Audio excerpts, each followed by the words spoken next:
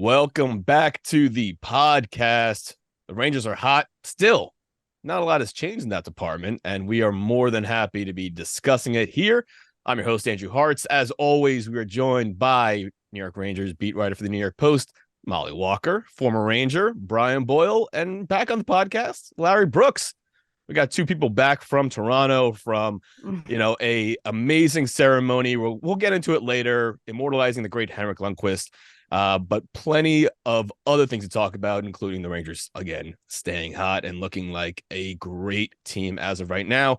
But we had some news break yesterday talking about a former Ranger, albeit, he was only Ranger for a few games, 19 last year, but Patrick Kane. And Larry had the story last night, early day yesterday on Tuesday, that he will not be coming back to the Rangers. We can talk about it now. We can get it out in the open. And like Molly said in our pre-show, we will never discuss it again. So, Larry, 5 goals last year from Kaner, 7 assists in 19 games. You said they were never really in position to sign him. And yesterday, the door is finally officially closed on that situation. Yeah, it was there was never going to be a Patrick Kane 2 on Broadway. There just wasn't, but there was all the talk. He's coming back. It just didn't make sense for the Rangers. I don't think it made a lot of sense for Patrick either. I think this was, mutual, but the Rangers have never pursued Patrick Kane. This season. Just, this season. Yeah. Asterisks, this season. This season.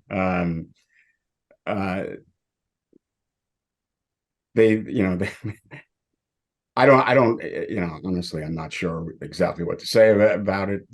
It doesn't seem to be the right fit. They took the risk last year when he was less than 100%. I don't think they want to go through, the same thing this year. He's not 100% Patrick Kane. We don't know what he's going to be. They didn't know what he was going to be last year. And I think, too, when you take a look at it now, even, just distilling it a little bit, even if the Rangers had some interest in him, at this point, they're going to need to save their cap space for the deadline. You don't know exactly what holes they're going to need to fill. I was actually thinking this morning, they may, depending on Philip Hedl, they may be looking for a third line center. They may be looking for a defenseman if Ryan Lindgren's down for a while. And so they need to keep their options open. They don't have much cap space. They're not going to have much cap space. They need to keep their options open. I think they need a little bit more size. They need a little bit more youth, not a 35-year-old player who's coming off hip resurfacing surgery. I just, it never made sense to me. It just never made any sense to me. And, ultimately it didn't make sense to the Rangers either. Well, I think that everybody just really wanted to happen again because the first go around wasn't, after so much buildup and so much anticipation, to get Patrick Kane basically at 50%. I don't even know the percentage that you want to say it.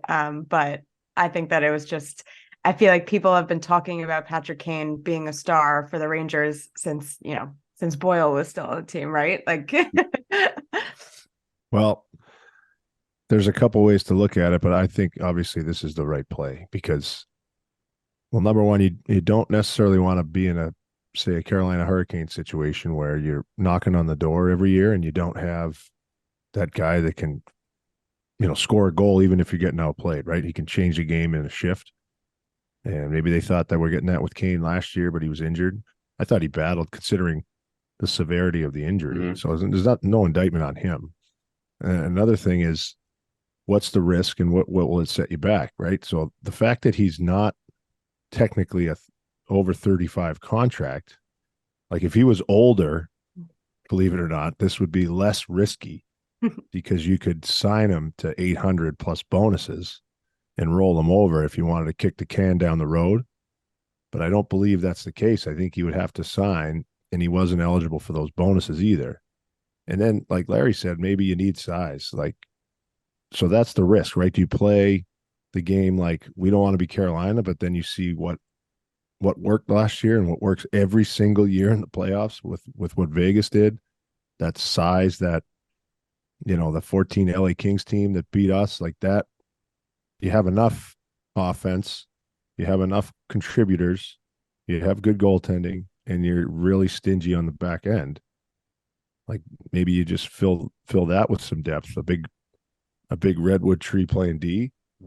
I hear there's a couple available from Calgary, and you can go that route, and that would be, I would think, depending on what you'd have to give up in terms of assets in your future, that would be the way you go. But I think where they're at right now is a great spot, and it's not a spot, like Larry said, to, I think, pull out of that young player pool or that whatever cap space you have left pool and throw it back at Patrick Kane. And there it is. And there's always something sexy about a big name like Patrick Kane. And we saw it last year at the deadline, and the Stars just happened to line up, especially after the Tarasenko trade. But, it didn't work out. And, Mollie was 100% correct. There was so much anticipation. Yeah. There's so much build up to Patrick Kane. And don't forget, so much of it was centered around his relationship with Artemi Panarin, the remarkable chemistry they had. And when they traded for Kane, and he had his first press conference when he came in morning skate, he talked immediately about how difficult, this is not going to be, we haven't played together for 6 years. Yeah. It's not going to click automatically. And it just didn't, it just didn't. But everyone wanted to make it work. And as Brian just said, it's no indictment of Patrick Kane. Right. Last year, everyone had the best intentions. The Rangers had the best intentions. Patrick had, Kane had the best intentions. He did battle. He had a couple of nights, game 2 against the Devils. He was inspirational. He had his best game. Everybody was excited. And so, the season ended in such disappointment for everybody. And now there was this opportunity. Oh, you can bring him back and he'll be healthy now and it'll work. But so, Mollie. Yeah.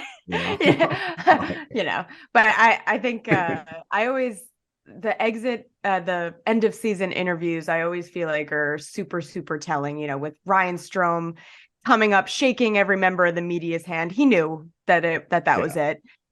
But with Patrick Kane, the Rangers quickly became a they rather than a we. Yeah. And I think that was also an indication that was it. They tried it out, didn't work out, the way that everybody hoped that it did. And that's okay. No indictment on anybody. But I think now we can close that chapter and set it to the side. It was great. Loved covering him.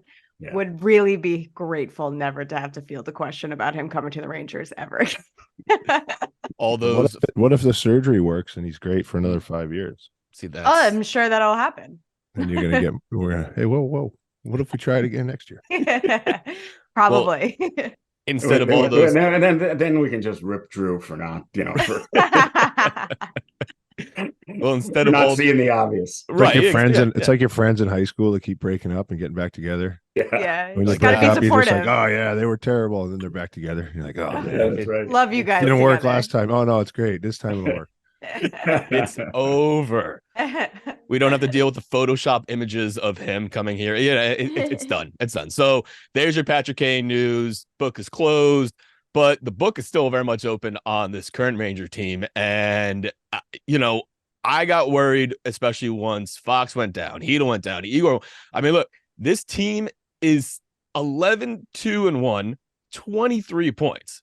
They look great. They do. I mean, some areas, could use some improvement, but the fact that you had 3 big pieces, including Igor, who hasn't played since the November 2nd game with the other 2 guys, they're 3-0-1 since those injuries.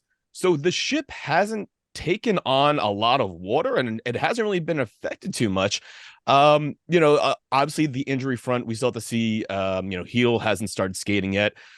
Which again could change this week. Hopefully we'll see.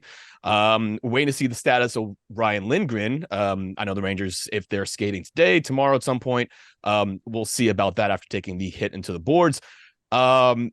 But Boyle, let me ask you this. So the one thing that comes to mind when I'm watching this team right now is that they're still relatively the same team that we had last year, right? And the big change was Peter Laviolette. Is this what a good manager does when they got off to this great start, but they're still able to keep moving forward? They're not letting too much get them down. Is this what Peter Laviolette brings to this club?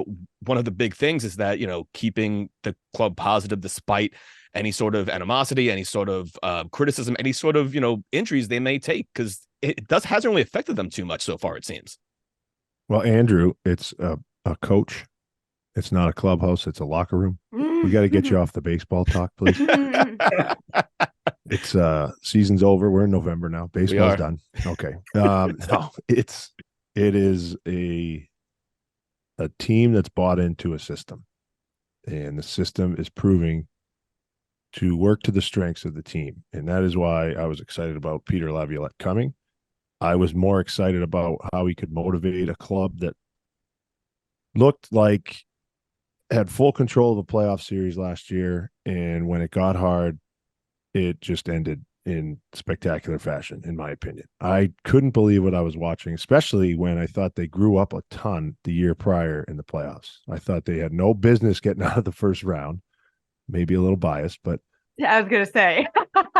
But honestly, they didn't. If you look at whatever you want to look at, I've been in a lot of series, and I was just, when it ended, I couldn't believe what just happened. And then they got better, and they got better, and they got better. So when it was going well, it was great. And when it got hard the next year, it ended fast. And that was a concern of mine. And so I thought Laviolette was the right guy for that reason. Now, the structure and battling through the injuries is another example of why that was the right call.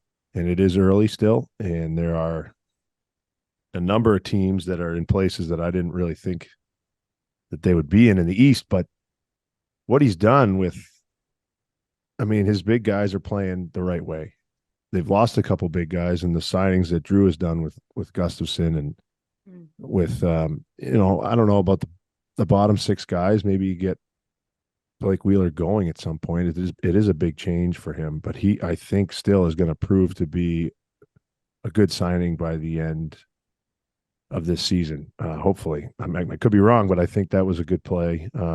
And Bonino as well. But they have enough. I worry about Lindgren, and almost like you'd worry about Ryan Callahan when he played. And they only have one speed. Yeah.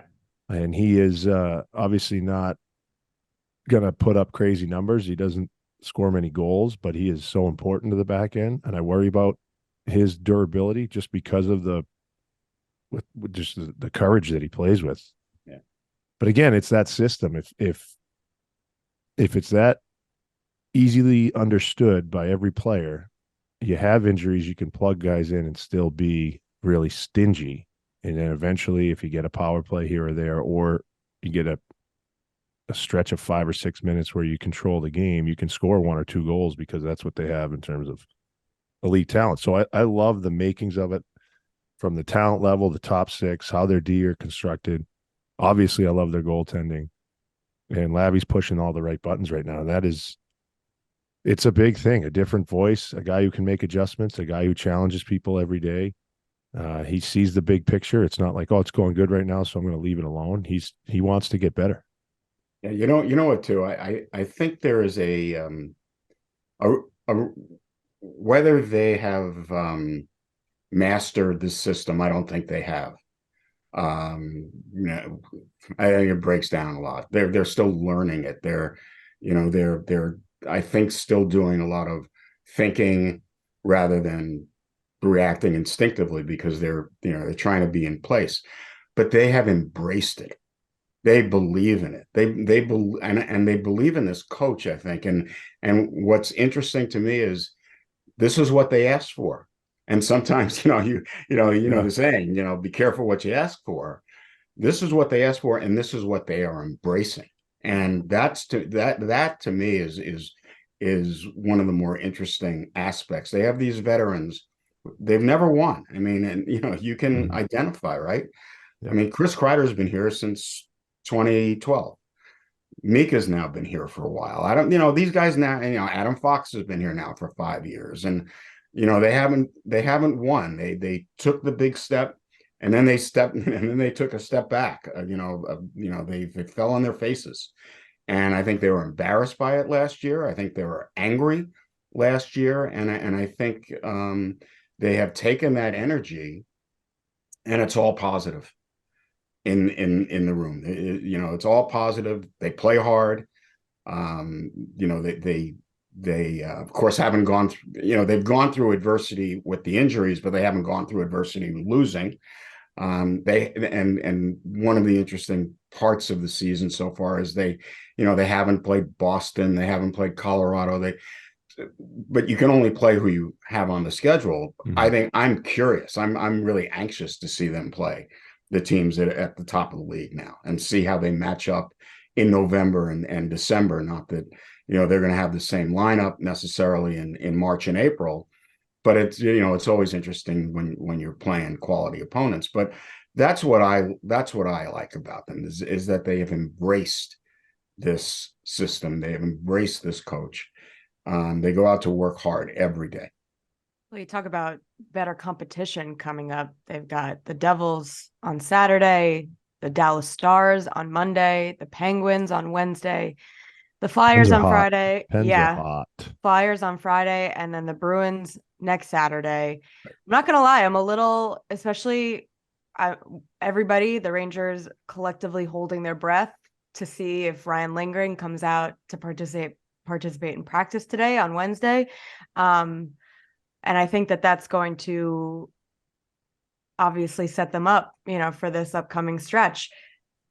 This is probably one of the tougher stretches that they've had so far in the season. So like Larry said, it'll be really interesting to see how they stack up against some of these teams.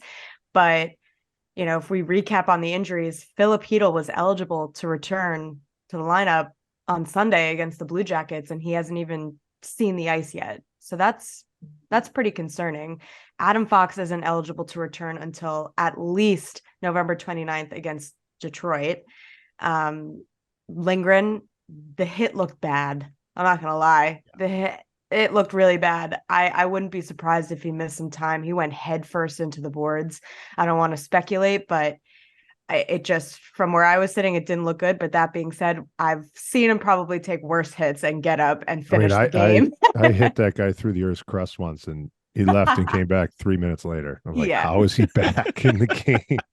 Yeah, he does that.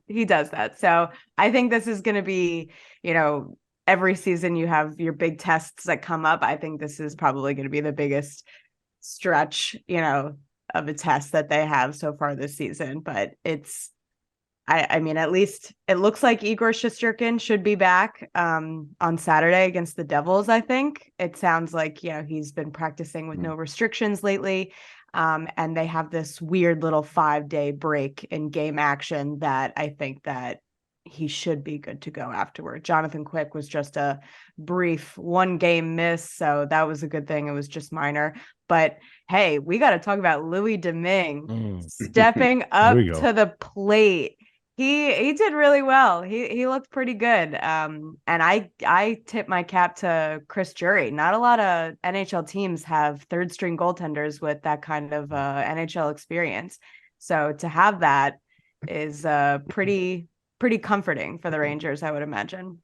That's going to happen more. You've seen it. That's the trend. Yeah. That goalie depth. No one's playing, Henrik Lundqvist, Marty Brodeur amount of games anymore. Yeah. You know what? This 5-day thing is like, when was the last game they lost in regulation? How long ago was that? In regulation? 3 weeks? It was the Nashville game, October 19th. Yep. Yeah. So a month ago almost. Yeah. Right. And then you have a 5-day break. You don't want to have a 5-day break if you're in that room. So here we go. Well, except the 5-day break gives the injured players, Right. But if I'm Lavi, I don't want it. Like, let's keep going. Because those injured players, I mean, we're not chasing stats here. We're chasing wins. And that's I can't wait to see when the schedule kind of gets a little bit harder, because don't even look at the standings. Like the Jersey game will be will be awesome because they're trying to find exactly what they are. And I mean, it's Devils Rangers. That's awesome. The Bruins game, that's a measuring stick. You want to be the best. So you want to see how you're measuring up. And you almost, I mean, you don't want to lose. Obviously, you never want to lose. You want to see where you could be exposed as a player, as a coach, as a manager. Where are we thin against, who we're really worried about? Obviously, every game's important because 2 points now are the same as they are in March and April. But it's time to see exactly what they have. But man, October 19th, that's quite the run. And we had a coaching change, Larry, you remember, and we had kind of a funky schedule to start, but we started the year like 3-6 when AV came in, and we went to the cup that year. It was a disastrous first 3 weeks. I mean, it wasn't good. It was unbelievable. Hurdle scored 4 on us. We didn't know who he was. Well, I remember. Well, Hedel. I mean, Hurdle. Hurdle, yeah. Hurdle. With the goal between the legs goal against Biron when nobody was doing that before. Remember, and the San Jose coach, and I don't remember who it was back at the time.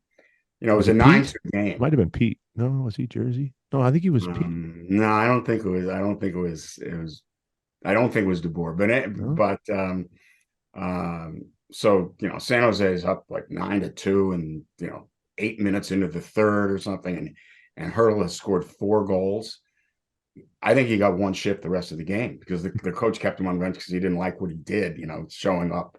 Biron, of course, retired like 4 days later. But, he had one more. But then what I remember then, you go from San Jose to Anaheim, and that was not good. You're down 4-0 in the first. Yeah, there were some plays that I think guys ran into each other. Hank's playing, 4-0 after the first, 6-0 after the second. Final is 6-0. Yeah, we tightened up in the third there. So we're waiting outside the locker room, to go in, and kept out there for a really long time, which was unusual at the time. Come back in, there's no Hank, and Hank was always there. If he played 950 games in his NHL career, he was there 948 times. Walk in, there's no Hank. We're asked then to kind of walk out again. And then we just hear this screaming in Swedish. Screaming at Ulf Samuelsson, who's the assistant coach. And the two of them are screaming. You can hear this loud, and then finally, they open the room again. We walk in, and there's Hank, sitting in his stall and slumping, and I don't know what's going on. But yeah, it was quite a start. You know what, too? I mean, you guys really didn't pick up until like almost February or March. I mean, traded December, right? Traded for Marty Louis because you needed to make the playoffs. Because you needed a goal scorer. That was the idea. You needed a goal scorer. We were 500, right? We were 500, and we broke it down like in segments. I think it was 5 or 10 game segments. We were in Tampa. I'll never forget it. And we were starting to kind of. It wasn't 1 step forward, 2 steps back anymore, but we were going up and down, and we were starting to come, but it was hard. We didn't get to have a real training camp because we were renovating the Garden, and we had a new coach trying to put a whole new system in. And then when it worked, though, we traded for the goal scorer who didn't score any goals.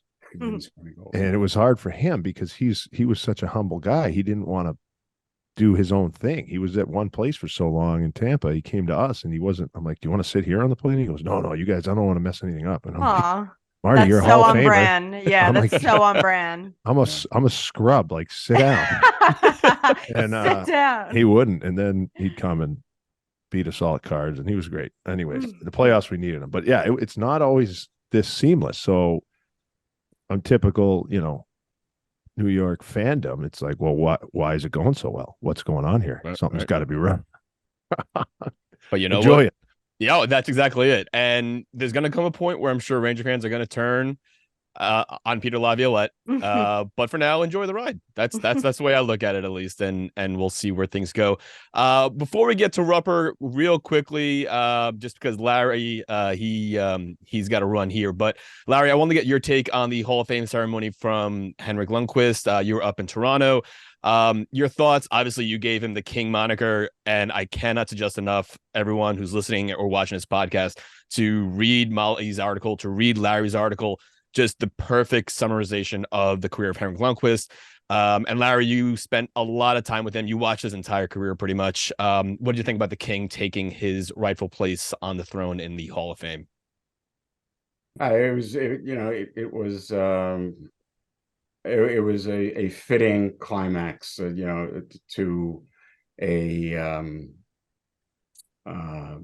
distinguished career. He's a distinguished individual. He's a hockey player, but he's a distinguished individual. And it was, he was he's always carried himself with class. It was very classy. His speech hit the right notes. His recognition of Benoit Lair, I think was right on point.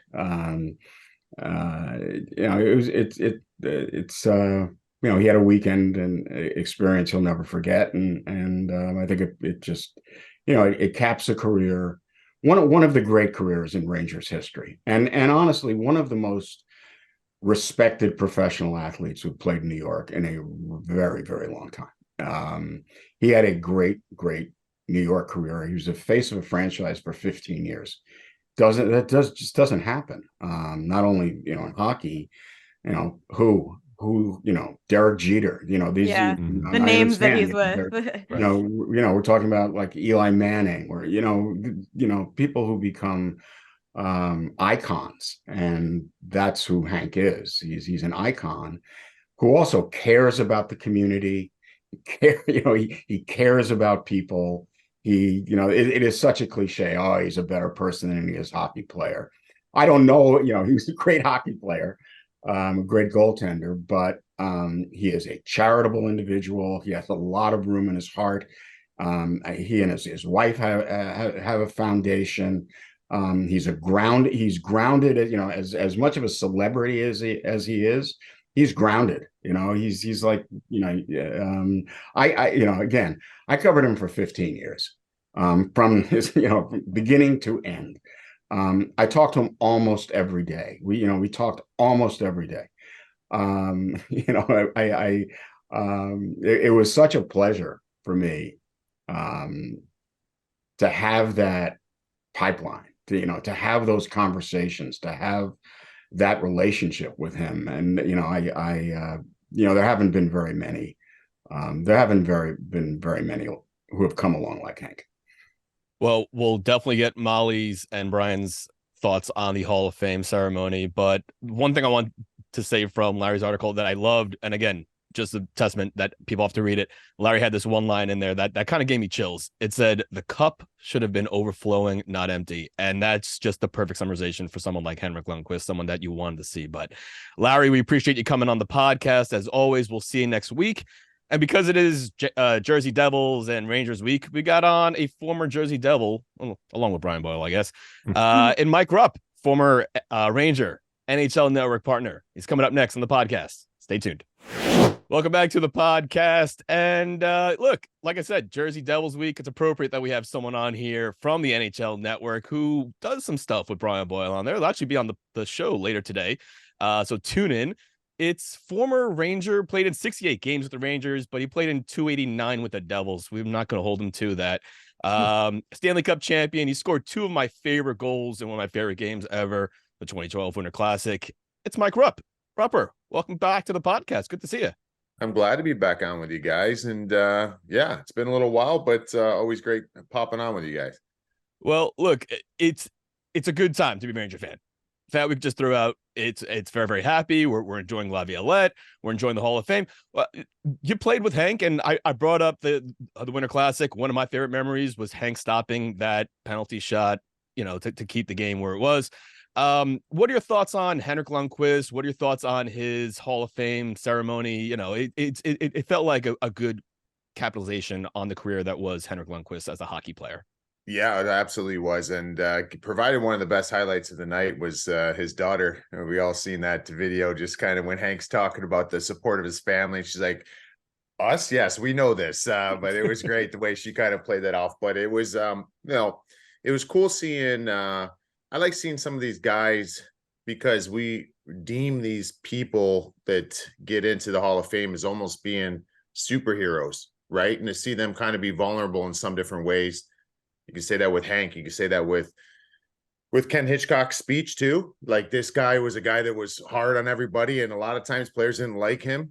And he kind of took it as, hey, you know what? And kind of just brought the real human side to it. So I thought it was really cool.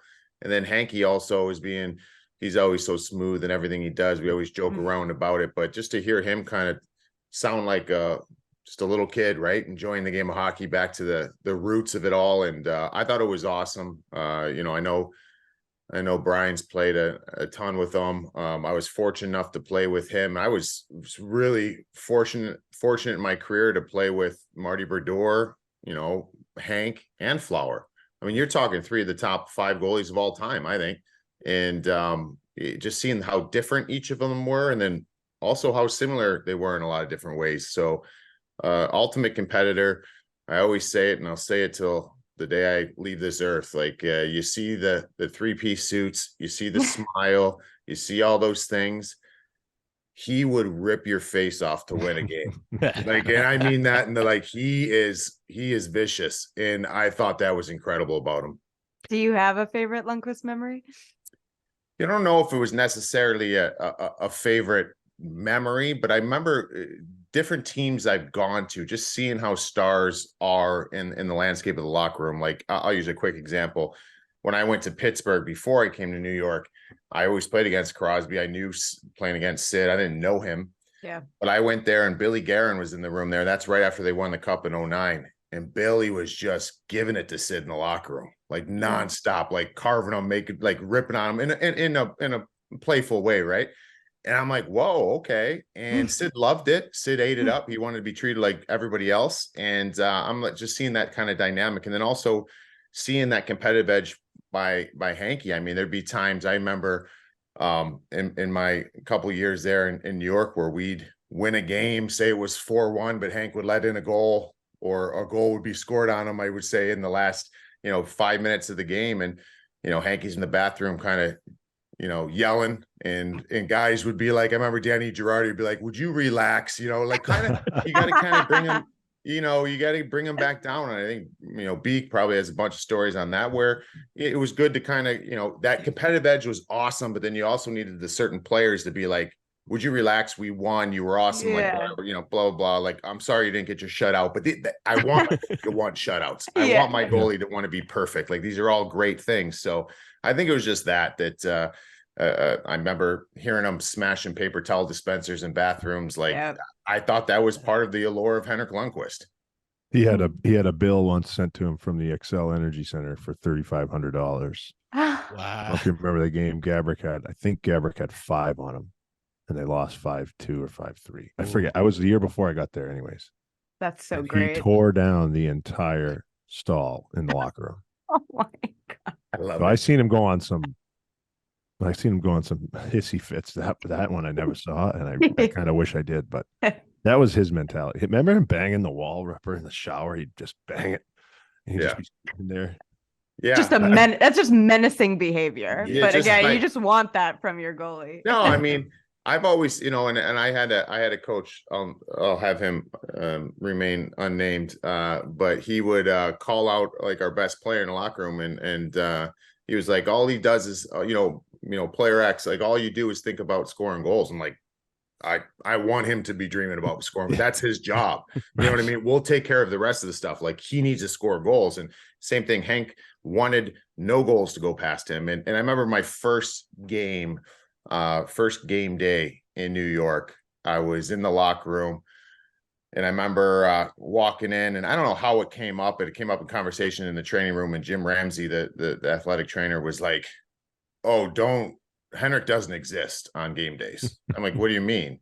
because, every goalie's different, right? And don't even speak to him. So it eventually got to the point where I was still new to this, but if I walked into a room and there was, 4 people in the room, I'd walk in, I'm like, B, what's up, buddy? Or Danny Girardi, like, G, how you doing? And then Hank would be there. I would act like he's not even existing.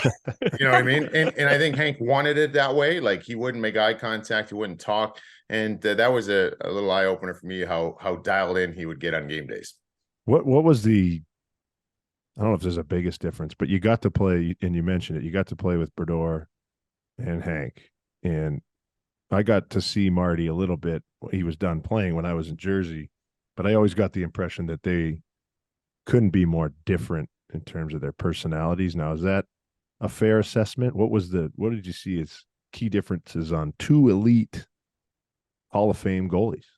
Well, I mean, during games, and totally different. I mean, I remember not knowing how Marty was early on, and I played center at the beginning of my career, and I needed to know, especially with a goalie like him that played the puck so much, I had needed to be on the same page so we didn't have any mishaps, and then the puck end up in the back of the net. So, but Marty was one of those guys where before game, Marty always walks. He's got the shoulders back. He just has that posture to him. He's got his coffee, just very confident.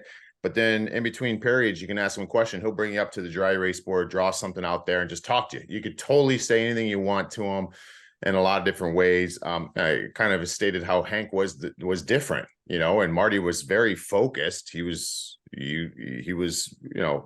great, and Hank was in a different way. And then then you got Marc-Andre Fleury. On the other hand, there's games where I would sit there and Flowers a few wins away from passing Patrick Roy for number 2 all time. Like this, there'd be games where we've got 10 minutes till warm up, 12 minutes till warm up, and Flowers in the weight room with the trainer. The trainer's got the gloves up, and Flowers boxing and laughing, and then he goes to run to the locker room. He does like 3 cartwheels. Like, no, the guy's nuts. Like, he's just so happy-go-lucky, smiling. And I'm like, oh, Flower must not be playing. Then you get out there and warm-ups, and he's get out there for warm-ups. He's taking the starters shots. So I'm like, dude, how is this? You know what I mean? All 3 guys have a completely different approach, but they were all great, and they were super competitive, and they battled. That's the one thing I'll say they had in common completely. They all battled on shots. You know what I mean? Like, the next guy would be coming down the line, and he might be finishing up with Boilers. Hanky might be finishing the 3rd or 4th rebound on Boiler, and I can't shoot the puck because the goalie's not ready yet. But I love that. I don't want a goalie just going to take his angle, take the shot, and then whatever. No, play it like a game. Be competitive. Make me better. Well, speaking of being better, Alexis Lafrenière, he's a lot better this season. And 7 goals, 4 assists, 11 points. He didn't get his 7th goal last year until February 6th. So again, we're talking about the change that's happened from last year to this year. Obviously, having Peter Laviolette in there, new system and everything. But it seems it's really translated well for Alexis Lafrenière. And you got to also bring up his heroics against the Blue Jackets last week. The game tying goal, 11 seconds left, and then to win it in overtime, or not overtime, in the skills competition, the shootout, with one of the nastiest goals. God. Just pure perfection. It was. And leave it to Laviolette to have him come up 3rd in that spot. Yeah. He's looked great. Rupper, what have you seen from Alexis this year that's kind of changed it for him? So the one thing that I've thought with him and Kakko over the last number of years are that they almost have it in reverse order. Like, first overall picks come in, and usually, we've talked about this before. We've talked about with you guys. I know you guys talked about this to nauseam. When you come to a bad team as a first overall pick or 2nd overall pick, you're just fed reps on top units, top power plays, like just go, go, go, go. And eventually you learn how to adjust your offensive game. That wasn't the case with these guys. And Laf had to take a depth role on this team. And you eventually need to get to a point where the star or the top guys, there's a lot of number 1 overall picks in this league that are fantastic, great, incredible, but they don't really know how to do anything else but score points, which is great. Go about my thing before that's their main job, but they're not complete hockey players in a lot of ways. I think the way that this went for Laf, he has learned a bunch of the intangibles. Now it's getting back to what he has always known, his offense, and feeling confident. And that move in that shootout was exuding confidence. Like, that was screaming confidence. And don't tell me, for the people out there like, oh, well, he's playing with Bread. Bread wasn't on the ice there. You didn't feed him the puck right there. That was mano-a-mano when he came in there.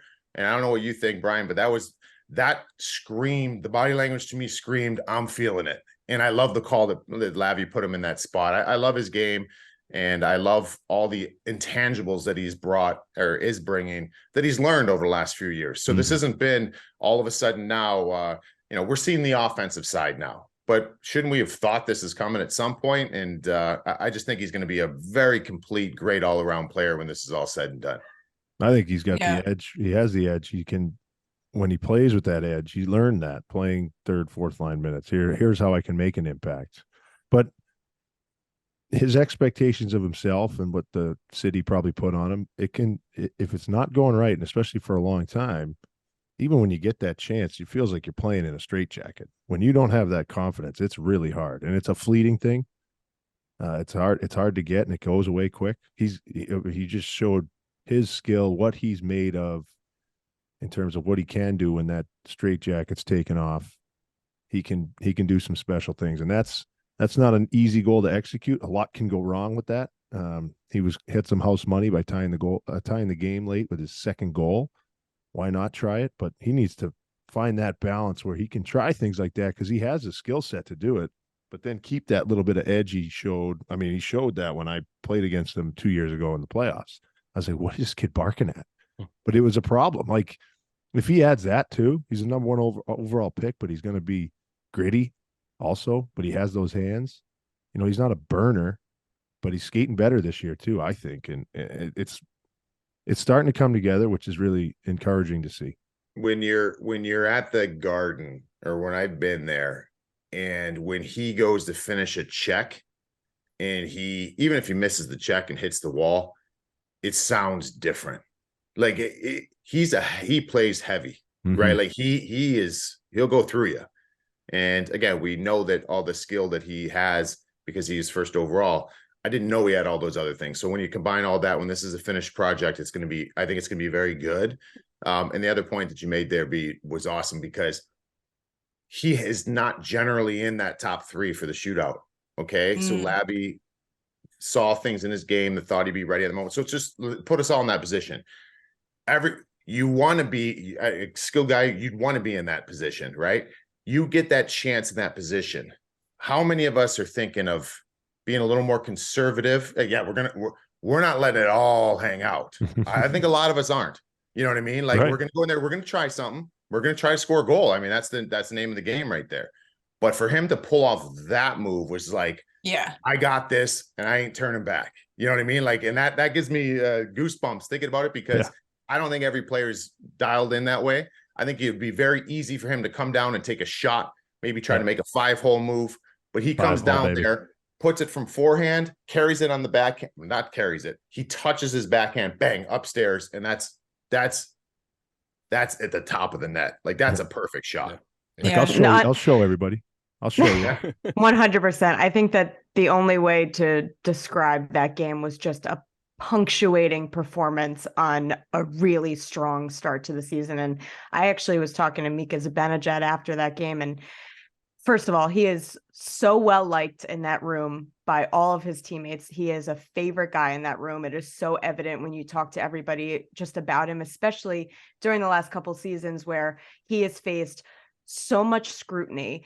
And I said to Mika, for you as a teammate to just sit back, and after watching this kid go through everything that he's gone through, all the pressure that he's had to shoulder since he's come into this league, what is it like for you to see him have this start to the season? And his whole face just lit up. I mean, they are so over the moon for him.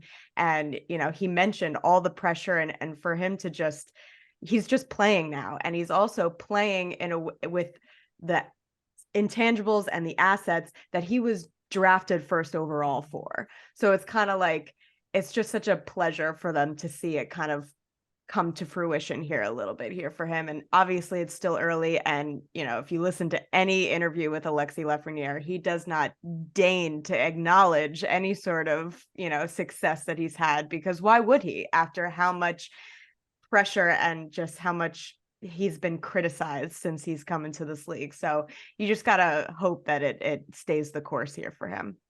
It's humbling. It's humbling, right? And it shows what kind of character he has. I love that. If there's one thing that New Yorkers and Ranger fans love, it's an underdog story. And not that he's a first overall pick, but you have been rooting for him. So we're going to let Mollie run because she's got to go to practice. But before we let Rupper get out of here, when I knew that we were having you on, Mike, one of the things that came to mind, especially that we now have Brian Boyle co-hosting the show, is the 2012 epic classic triple overtime game 3, Eastern Conference semifinals against the Caps. And it's epic because the series was tied at 1 apiece, and obviously you guys want to win the game, but the fact that it went to triple overtime and it did end, Marian Gaborik did end the game and you guys won, but it would have ended a little bit earlier had someone not blocked a shot.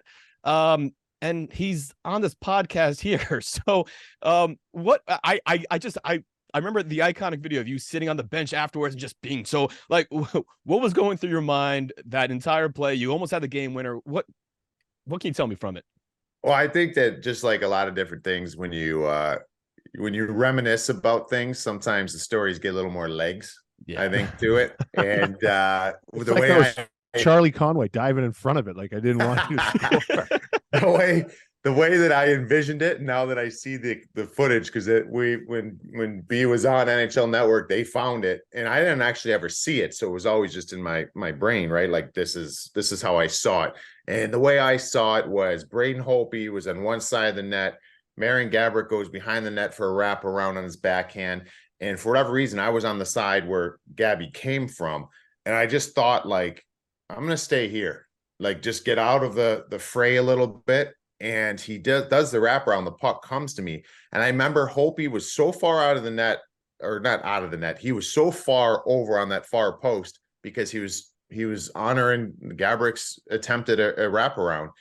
And the puck came to me. It was rolling. And I remember thinking, I still remember this. I'm like, I have all the time in the world. I just have to hit the top part of the net. So I like grabbed it for a second, settled it down, and I fired it. And in my mind, in my memory, I was like, I wired this thing right inside the elbow. I didn't. It was right in the middle of the net. So Boiler was in front, and I think he just was tied up, and he tried. I mean, he probably didn't even see me shooting the puck. I think your back was to me, right? And then you get turned around, and I think it hits you right in the butt or in the upper thigh or whatever it was. And right in my ass. And you're sitting there. I'm like, we go to the bench. I'm like, oh my God, that would have been like that was it. That was it. Like we could have ended it right there. And I remember coming to the bench, and I wasn't like, I wasn't pissed at Boiler. No. Hit me. I'm like, but I came to the bench. I'm just like, you're just frustrated in that moment. I remember I was like, oh. And I think I gave like a little stick, bang to the ground, and Boiler's next to me, and you could see him. He just exasperated. F-bomb that he lets out. And he's just like, I remember this though. He turns to me because we're both gasping for air, and he turns to me and goes, I'm so sorry. I'm like, we're good. And then we both gave each other like a little high five, and that was it. So thankfully we ended up getting that win, but we give him a hard time about it. But when I see the replay, I'm like, that's not how I remember it. Someone doctored up this video. I just remember going to the net and staying there. And I had the sense that you had the puck, Rupper. I knew you had it. And I was like, oh no. So I tried to stay as still as I could, but I was in a battle, and I was falling on Holtby, and I'm like, I can't hit him yet. So my back leg kind of teetered up right into your, and you felt your shot.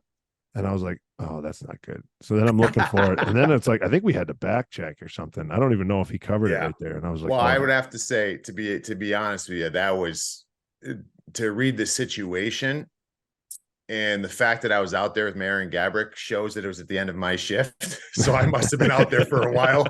You know what I mean? Same. So I was probably out there a while, and I'm like, probably stayed out there because I'm like, I never get out here with Gabby. I want to do something here offensively. Right. So I was probably absolutely gassed. By the time we came to the bench, we couldn't even breathe. Your poor stick too, the blade, because there's a clip of you just snapping the blade. And I'm like, oh no, Rupper's mad at me. Hey, and because I could relate, like you didn't get a lot of shifts down there, and it's not easy to create. So we had the chance to be heroes, and I wanted to celebrate in a pile and jump on the big Rupper. And we just had to wait another hour, it seemed like. But hey, so remember Bixie? Stu Bickle that game? Triple overtime game. I think we won with like 4 minutes left, right? So it was almost 2 full games. I think Bix was under 3 minutes of ice. Oh no, was he? Yeah, so he was 3 minutes and 24 seconds. Okay, so there you go. And I remember Torts would come down, I guess, in the second. He'd like pat him on the back. I'm trying to get you in. And then in the third, he's like, I think it's been too long, Stu. And he's like, yeah, I think so too, coach. And then the first overtime happened. He's like, all right, just, hang in there. I don't know if we'll need you. Hopefully not. And then the second OT came back, and Stu was finally like, hey man, you don't have to keep coming back. Tell me to stay in. Yeah, I got it, dude. Was thinking of him. I've been sitting here for 4 hours. I'm good. I don't need to. Best seat in the house. No hero coming for me. But I also remember in that game too, because we've both been in other. I don't know if you've been in a longer one. That was the longest one I think I've been in. But it's funny what's funny in the playoffs when you start overtime, you get the trainers coming in. They got the cart, all the replenishment drinks, the electrolytes, all of the fancy dancy things are all on this thing. Get this in you. This is important. Second overtime, you come in running low on the drinks. Ran out of the carton. There's a few more left here. I don't know. We got some granola bar or some protein bars. You guys want to eat something? You start kind of nibbling at that.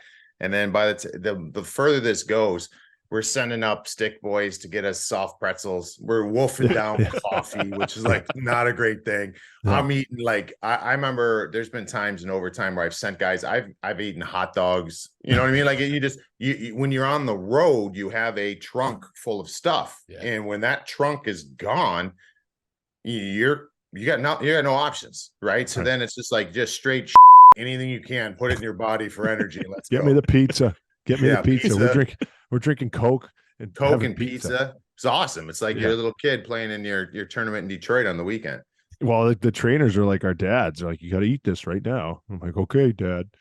Do you remember though? This is the other part that's stuck out to me, and I remembered this, and I'd love to get Mac Truck on to talk about it because again, I don't think this story got legs.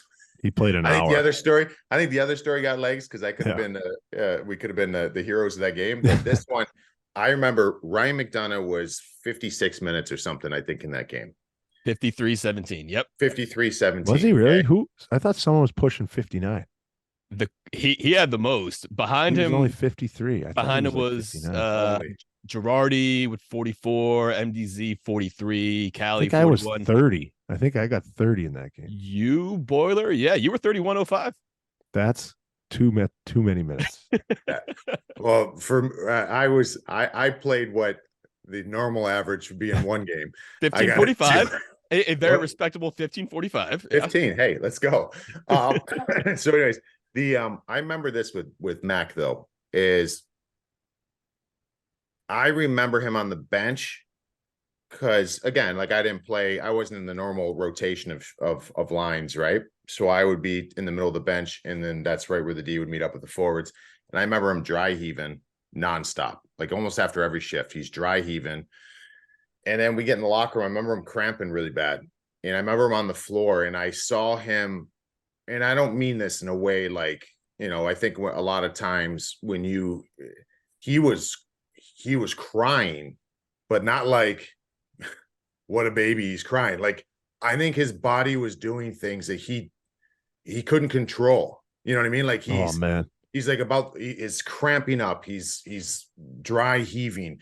He's got his emotions. He's yelling. He's got tears coming down his face. Like, I'm like, I'm sitting here like, what the hell's going on? Like trainer, like in whatever, in the locker room. I remember this, and I'm like, from that day forward, like this guy's different, man. Yeah. Like he's different. We had some different ones. You Danny Girardi, Ryan Callahan. I mean, the way you block shots, I mean, we had a special brew of players there, but that was one for me. I never seen, and we call him Mack Truck for the obvious, like he's McDonough, but he's built like a Mack Truck, and his body was shutting down with those 53 plus minutes.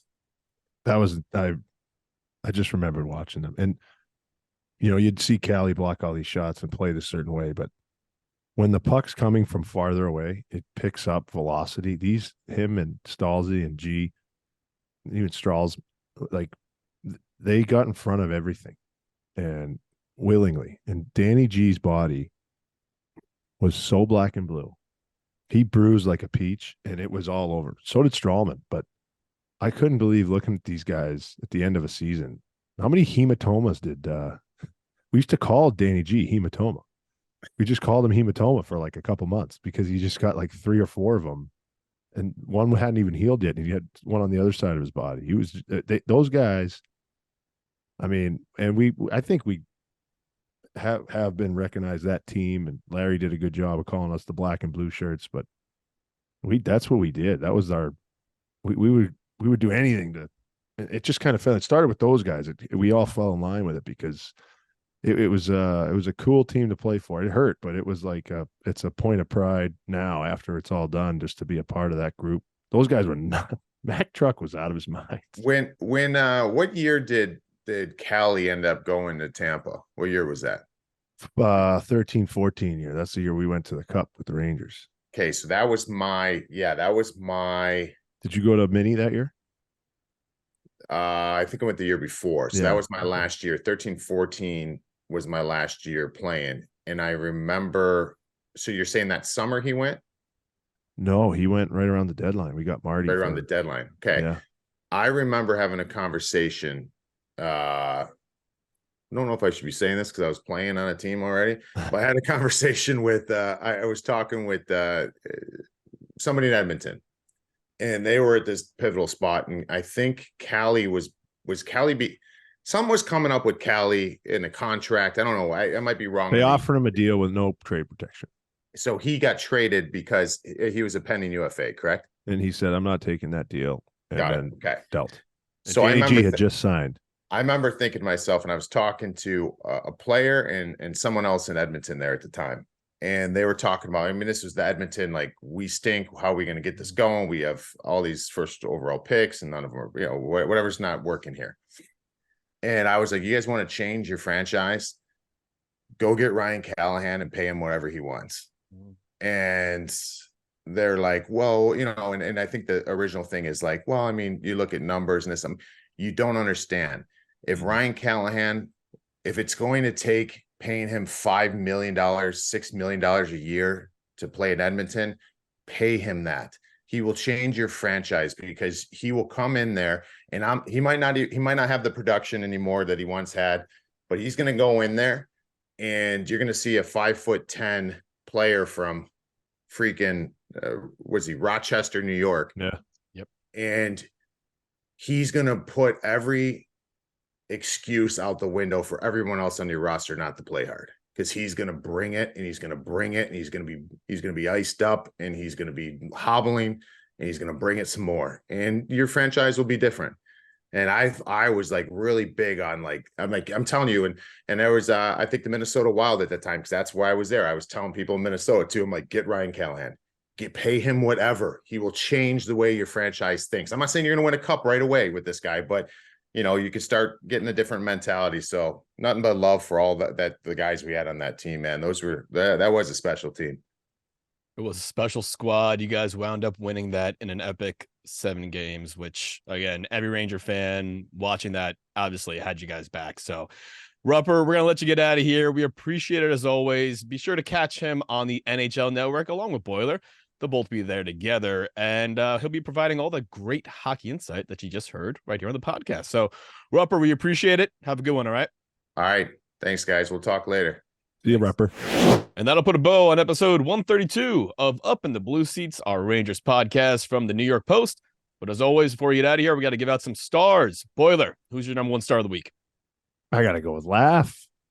I think scratching the surface now. The straitjacket is off. He is ready to explode. Now, listen, do I think he's going to go and score 50 this year? I don't, but I love what he did against Columbus. Hopefully he plays with that edge. He keeps that edge. And it looks like he's starting to find his way. He's finding the timing. It's a great sign for the franchise. It's what you need to see out of Laffy Taffy. My second star is going to go to Artemi Panarin, keeping the point streak alive. He's got a point in each of his first Ranger games, 14 on the year, tied Rod Gilbert's record, 1972-73 mark of 14 games. So we'll see if he's able to keep that streak alive and set a new mark this Saturday against the Devils. 8 goals, 16 assists, 24 points. Yeah, not bad. Just Hart Trophy level. Yeah, pretty good. And third star, since Mollie's out of here, I'm going to give the honorary to Henrik Lundqvist. Again, Hall of Famer. You got to give the king his props.